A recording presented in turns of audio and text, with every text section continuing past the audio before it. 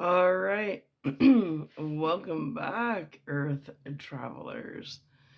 Um, I had a bath nap and I woke up and got right back into it. So we're on chapter 3, and I'm telling you, I'm hooked. Like, I can't stop because it's just, I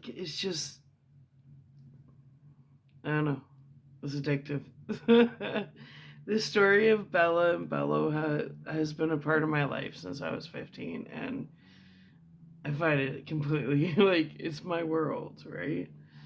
And I'm it's always been my private world, and I never wanted to share it with anybody.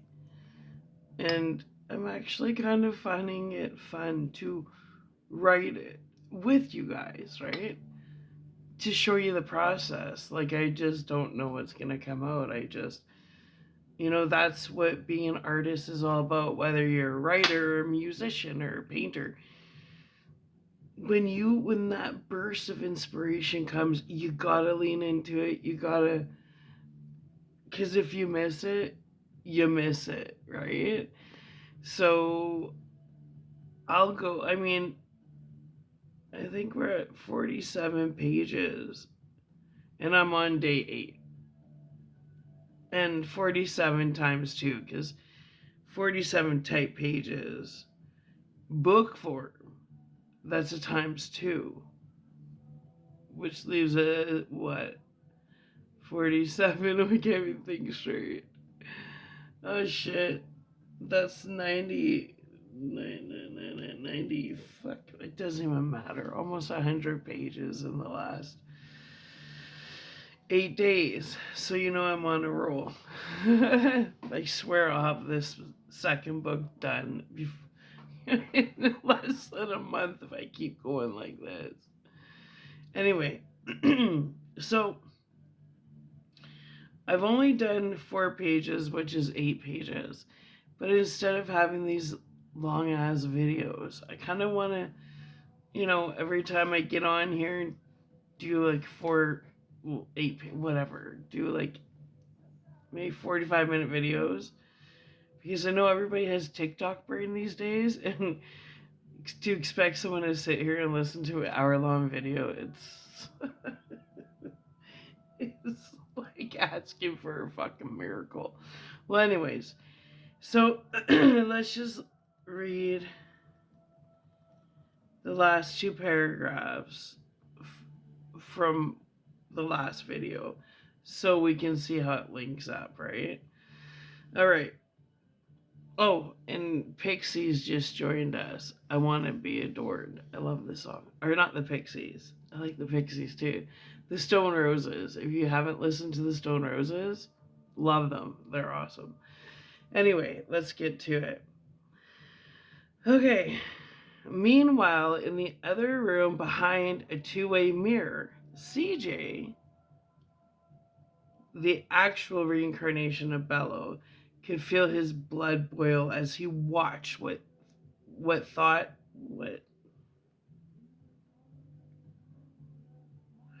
what he thought. I wanna be adored. Wait. Adored.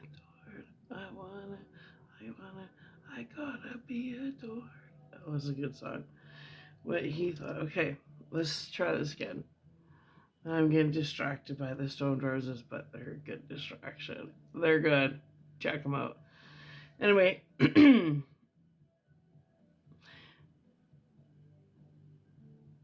meanwhile, in the other room behind a two-way mirror, CJ, the actual reincarnation of Bello, could feel his blood boil as he watched what he thought maybe Iggy.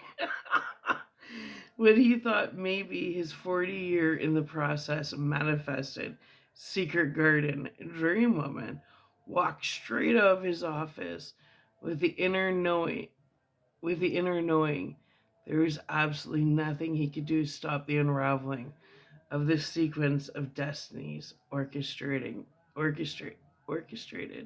future events. But he held on to the glimpse of hope. His belief in destiny would reveal itself one way or the other. It was a risk, but running after a beautiful stranger professing your undying love to them seemed a hell of a lot more riskier. Time would tell as CJ left it all in the air and composed himself to avoid meeting the living shit out of Patrick for fucking up any chance he had at bringing in Bella for a second interview the following week. Looks as though both Patrick and his brother CJ both got humbled. CJ could buy anything he wanted. CJ assumed the only thing that mattered was he chose Bella for the apprenticeship position, but never did CJ ever question if Bella even wanted to be chosen. Twist, right? Plot twist. CJ assumed she would do anything to be worthy of being his apprentice, never stopping to question if he were even worthy enough of having Bella as his apprentice. Yep, these two brothers definitely ate not one, but two pieces of well-deserved humble pie. And that's where we stopped, okay? So let's see exactly how many pages chapter 2 is, because I don't want them too long. Oh, chapter 3, so that's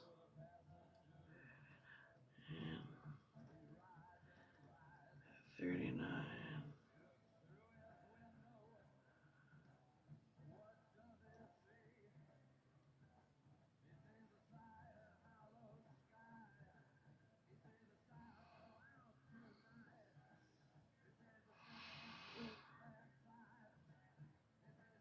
Okay.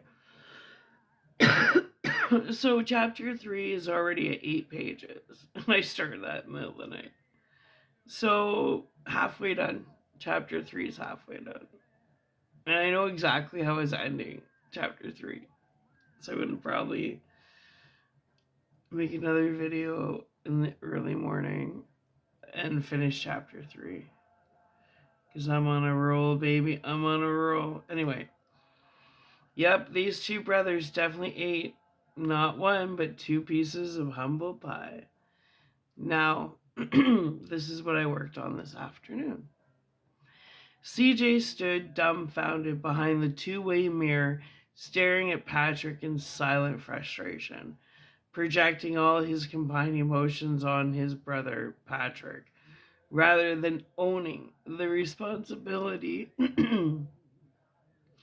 of deeming Bella not worthy of an honest interview without a pre-screening performed by his inexperienced brother. He just engaged in a one-on-one interview with Bella himself, how different things would have been in the grand scheme of things. Deep down, CJ knew the Most High was ultimately in charge, and he couldn't deny a divine intervention had just interfered before his very eyes. But why? Years ago, when CJ saw a trauma therapist for a few months, he learned little techniques of taming the lion within. This was when he hired landscapers for around his office building and created the Sea of Yellow Roses and drafted from his own imagination a Victorian-style gazebo shaped perfectly.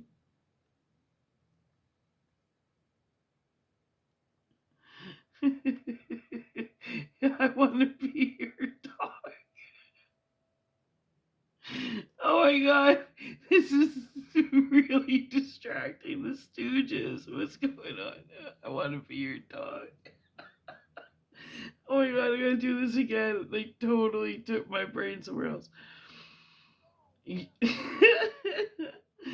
Years ago, when CJ saw a trauma therapist for a few months, he learned little techniques of taming the lion within. This was when he hired landscapers for around his office building and created the Sea of Yellow Roses and drafted from his own imagination a Victorian styled gazebo perfectly shaped to add natural acoustics so he had an escape to play his guitar or his harmonica or simply exercise his vocal cords while he transformed his poetry into therapeutic music. CJ found himself through creating music. From a very young age, he possessed the musical talent of a prodigy. Rather than unloading his frustration physically on his brother, Patrick, he took deep breaths as he counted from 1 to 10, followed by counting from 10 to 1. Another technique he learned from drama therapy in order to find his balance and recalibrate his inner compass to center. And trust me, that works, people. Stop, count from 1 to 10, then 10 to 1. Breathe before reacting ever. And it totally, just the counting from 1 to 10, 10 to 1. Because I did learn that in drama therapy, and it just stops you in your tracks. Yeah. Stops you from being overreactive. Okay, here we go. This isn't a therapy session, it's a book. Upon completing his balancing act, he grabbed his harmonica, made himself up a travel mug of blackberry tea, and made his way from the office kitchenette back towards his office, where Patrick rented space on his black leather office captain's chair, sulking in defeat with his head hidden within his folded arms upon CJ's overpriced, hand-carved, oversized wooden desk to have a quick debriefing on what the actual hell went sideways during the pre-screening interview. Patrick epically failed to professionally perform with Bella.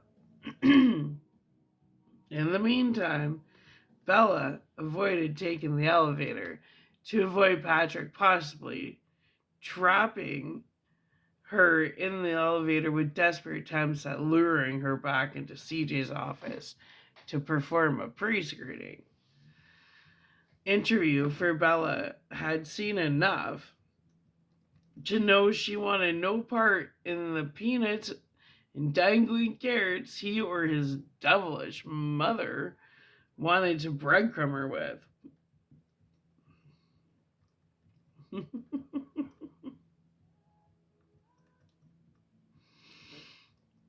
Bella found herself skipping down the 3 flights of stairs. She was so proud of herself for following her intuition, catching all the red flags before getting stuck in a timeline loop with a bunch of non-playable characters. She felt free and exalted. She also couldn't wait to get the hell out of that dress she was wearing and back into her comfortable clothes, roll a joint, and listen to her music. Let's just fix that up there.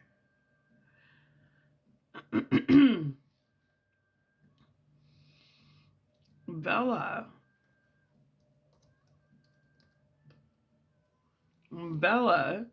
had a change of clothes in her backpack and a great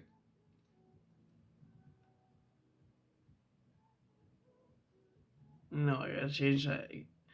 Bella had a change of clothes in her backpack along with her Bluetooth speaker.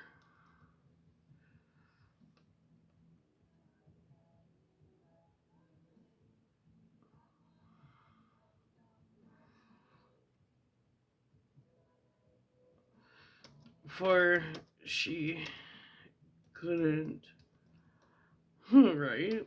wait to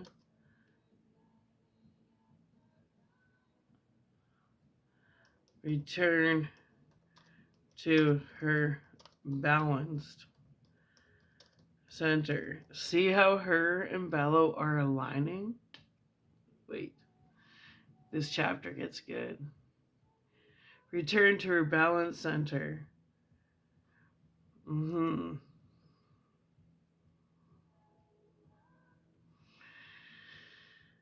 As tempting as the purple lilac tree was as an option to relax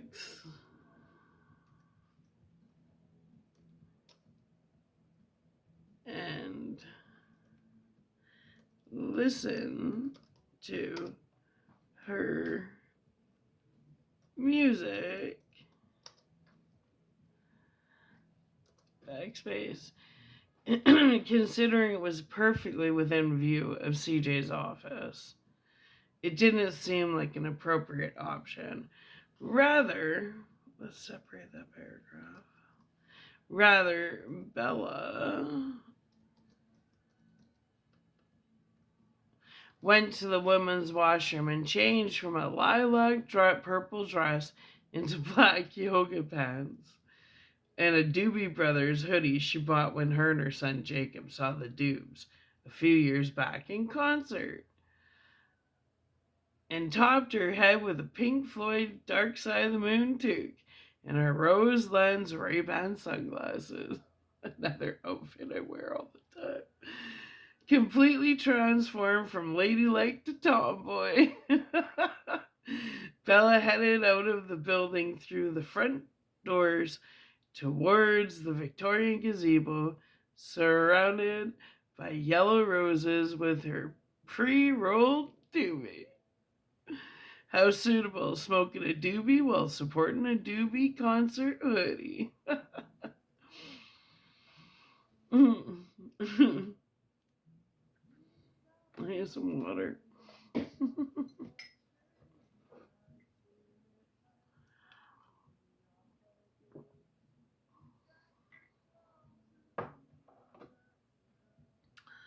Clearly, clearly, Bella found her solitude in music, as she was a walking eclectic advertisement of her musical doctor. They're my doctors. They heal me. My musicians I love are my doctors. And some of them are surgeons, like beautiful Chris Cornell. He's the best music surgeon I've ever had. Well, anyways. So clearly Bella found her solitude in music as she was a walking eclectic advertisement of her musical doctors. Bella's only form of therapy these days was the solitude she found when she allowed herself to disappear spiritually into the vast ocean of creative sound. Yeah. In the meantime, CJ entered his office and interrupted Patrick's sulking session now that he had calmed himself. Although calm Patrick knew the talk was coming. Brother, get the hell out of my chair. Let's have a chat. CJ commanded just before Patrick lifted his defeated head and moved his ass over across the desk into the interview chair Bella had just spent 2.5 hours sitting upon. He had her waiting for 2.5 hours and they still hadn't done their interview. So she's like, fuck you and fuck your shit too. Like it showed that like her time was expendable because she was treated like she was beneath them. And that's bullshit. Anyway.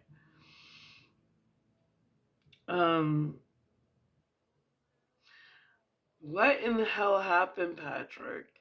I sat behind the two-way mirror watching everything go down, play by play. It took everything inside of me not to burst in here and ragdoll your ass. However, I couldn't do that because then she would know I was actually in the next room over and I look like a total douchebag. I don't know, CJ. I've never had a woman disarm me the way Bella did. It's as though when I looked into her eyes, I completely malfunctioned. 2 hours of chaos flew by like a flash. My morning was so calm I twiddled my thumbs and listened to the birds outside your office window for hours, preparing for Bella's pre screening interview. The silence was controlled, and I'm telling you, the moment Bella walked in, all shit hit the fan like some unknown, uncontrollable chaos.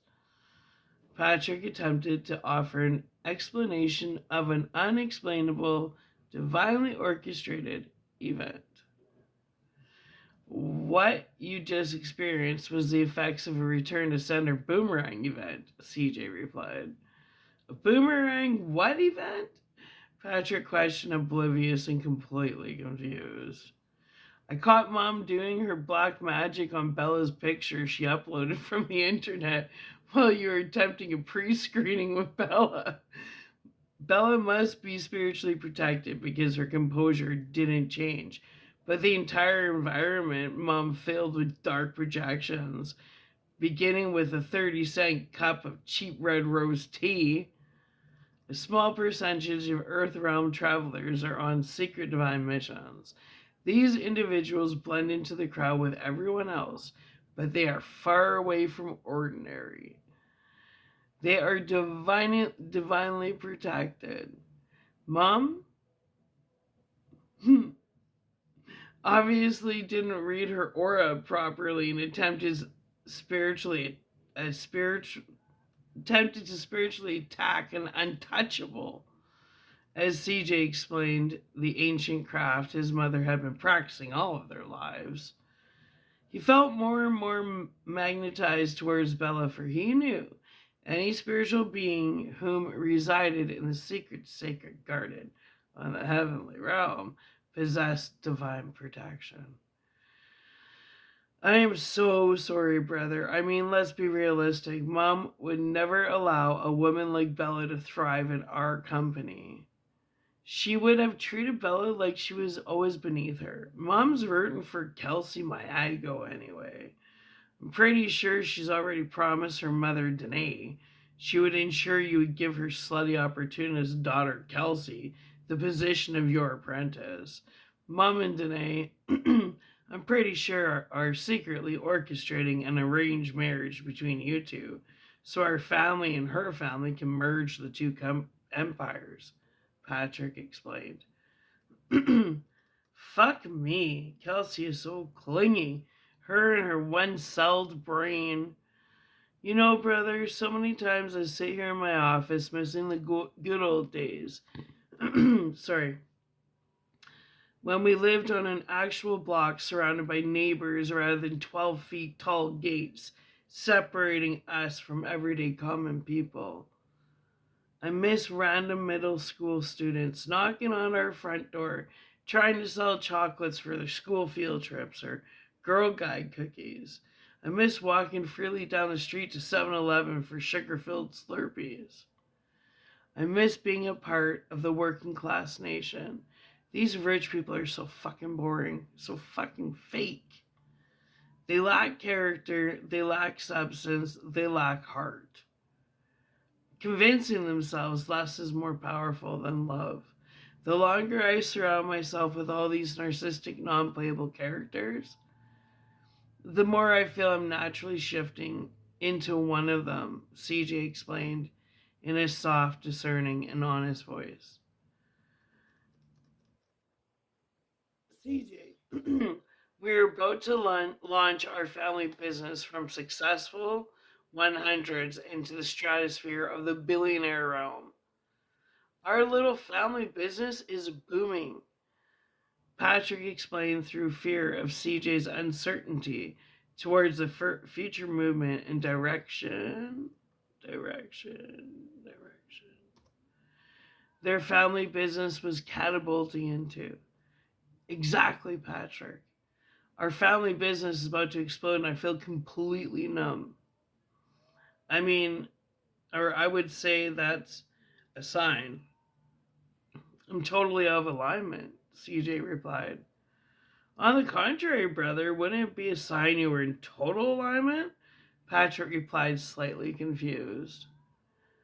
I guess it depends on. I guess it depends on what exactly an Earth traveler is trying to be in alignment with. CJ replied to Patrick. Patrick was a pretty face with piercing emerald eyes. Emerald green.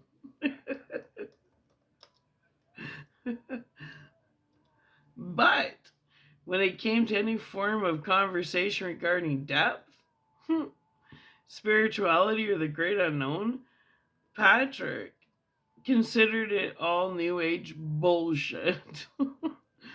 Patrick teased CJ the most when CJ went through his heavenly realm, secret, sacred, guarded, dream woman phase. Although the two were brothers with the same parents and the same blood flowing through their veins, they couldn't have been more different if they had tried. Kelsey Maego was a perfect match for Patrick. Maego. Anyway, why they kept pushing her in CJ's direction was beyond him. Well, it wasn't. CJ was a big success story in the family, not Patrick. Once you hit this level in the game, all environments are void of any genuine love. Just money, status, money, spots with spots, and stripes with stripes. Us versus them, the haves and the have-nots. CJ felt like his life was passing him by. The truth is, if he was certain he could fall in love, like madly in love, like genuinely in love with a woman who equally fell madly in love with him, he would give it all up in a heartbeat and go back to living in an unguarded neighborhood where he actually mowed his own lawn and brought his own garbage cans down to the edge of the street on garbage day. CJ would ditch the personal chefs and take pride in going to the grocery store to pick out and purchase his own groceries. And he'd enjoy every moment of cooking a beautiful meal for himself and the woman he loved before spending hours of lovemaking, beginning on the kitchen floor and moving through every room as they breathlessly christened their entire living corridors from corner to corner. I'm heading down to the gazebo to clear my head and play my harmonica. Please answer my calls for me. Take messages, don't bother me. I seriously just want to be left alone with my thoughts and my music. And oh yeah, this joint I freshly rolled, CJ explained to Patrick. See?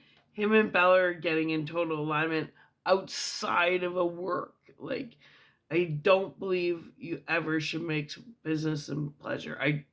You gotta keep it separate. So, had he pre-interviewed her, then whatever connection they had would have to start from a work connection. But because all that chaos, which was a divine intervention, preventing their meeting from being on a business level, if you see they're in alignment. See, Bella's already down at the gazebo, smoking her joint, listening to her music, and he's heading down to the same gazebo with a joint, with his harmonica to play music. See how they're lining up? Yeah, that's where it took a switch, right? It's more casual. And because she changed, he's not thinking as Bella. See what I mean? It's like, it's taking a twist.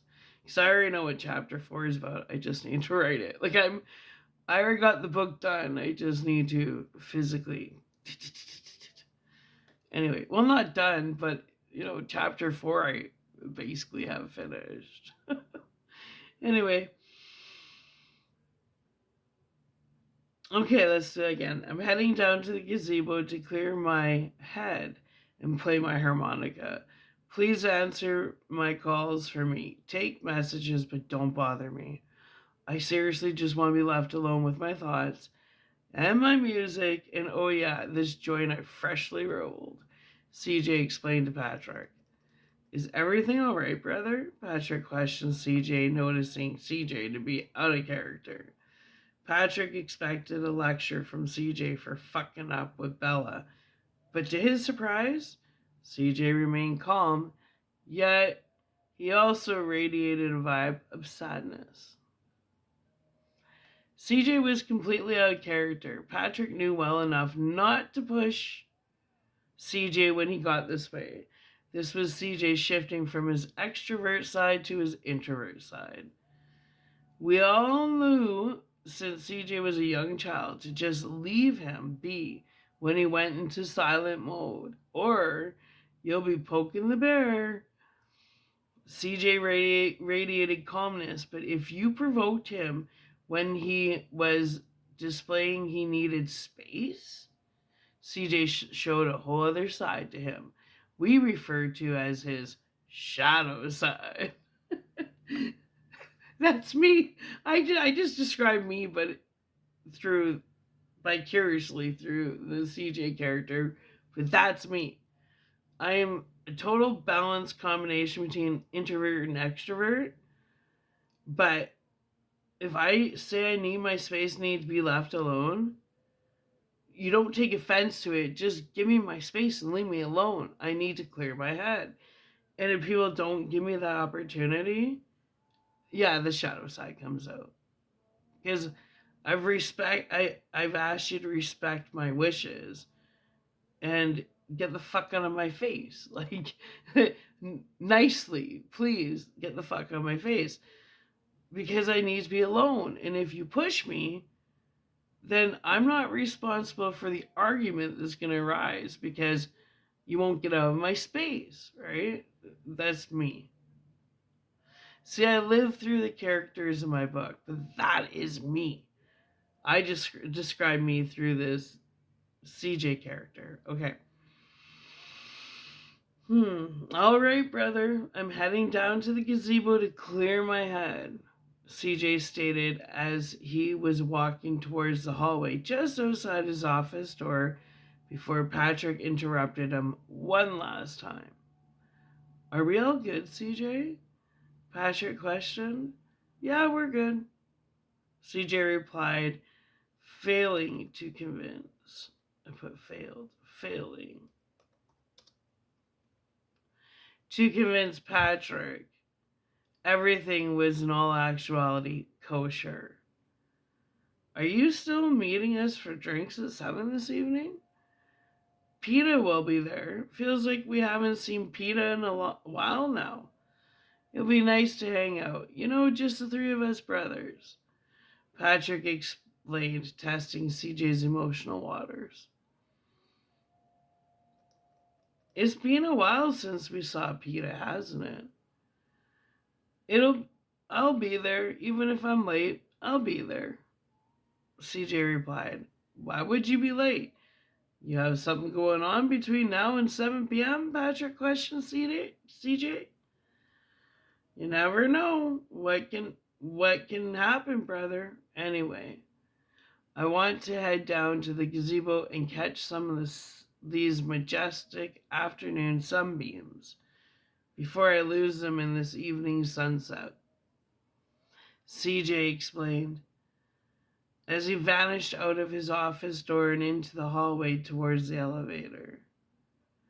Eventually making his way across the main floor lobby, front entrance down the path towards the Yellow Sea of Roses, where ironically Bella was laying on a bench about to light her doobie and listen to some music on her Bluetooth speaker. Nobody was around within sight, so she felt safe to put on her tunes and light a doobie without offending anybody. Truth be known, had she not discovered the Yellow Sea of Roses from 3 stories above in CJ's office, she would have never known that gazebo even existed. Whoever designed the location of the gazebo obviously designed it with the intentions. Pardon me. of it being a hidden little secret, sacred heaven, haven, not heaven, haven. This was quickly becoming one of Bella's new secret hidden hangouts. It was far away from the office building. She was pretty sure Patrick nor his beige supporting mother weren't the type to take a 20-minute walk down the path to sit at a yellow rose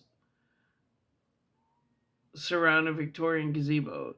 They, they didn't cross Bella as the type who resorted to nature for therapeutic earthing practices. Bella rather made the safe assumption that Patrick most likely seeked his spiritual healing through a few highballs of fine Irish whiskey on the rocks, and the cold-hearted Karen probably resorted to a fine combination of whatever prescriptions her doctor prescribed her for the month. Either way, Bella felt safe from running into either... Oh, I spelled that wrong. To either of those down at... Either way, Bella felt safe from running into either of those two. Let's we have proofread your shit. Either of those two down. Either of those two.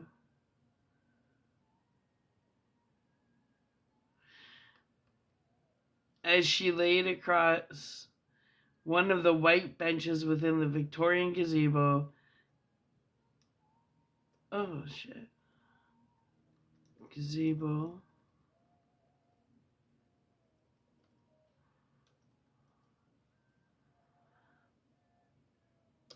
Lit her doobie while soaking up the sunbeams before the sun began to set. Bella loved watching the sunset, and the gazebo had a perfect view of the one about to reveal itself. Not the one. Perfect view of the sunset, because the one you're like, the one what, right? The sunset. About to reveal itself within the next couple of hours. She potted herself across the bench with full intentions of not leaving until the sun had fully set. Yay! You getting the vision? I'm so excited. So, I'm going to take a break. But now, so she's laying there, having a hoot. And right here in the book,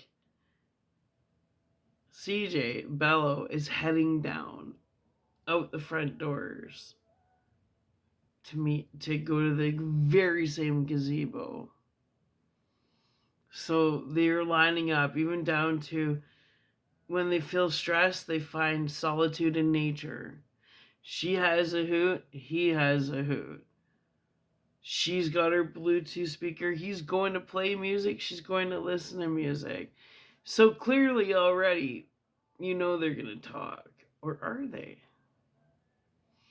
Is Bella going to just fall asleep and he's just going to stare at her and get visions? Is Bella going to be listening to her music and hear a harmonica and open her eyes and go, this isn't part of the song, and then make eye contact with him? I'm not sure how this is going to play out. But I'm going to write it, and I'm going to write it probably in the early morning. So expect another video. We're going to finish chapter 3 because it's writing itself.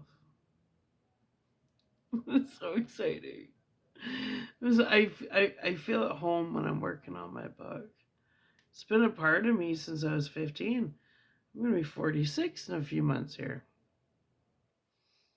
31 years this has been a part of me. And it's like an old friend, and I haven't worked on it since 2008. I mean, 2018. Anyway, I love you. I hope you're enjoying this journey with me, whoever you are. Bye for now. Mwah.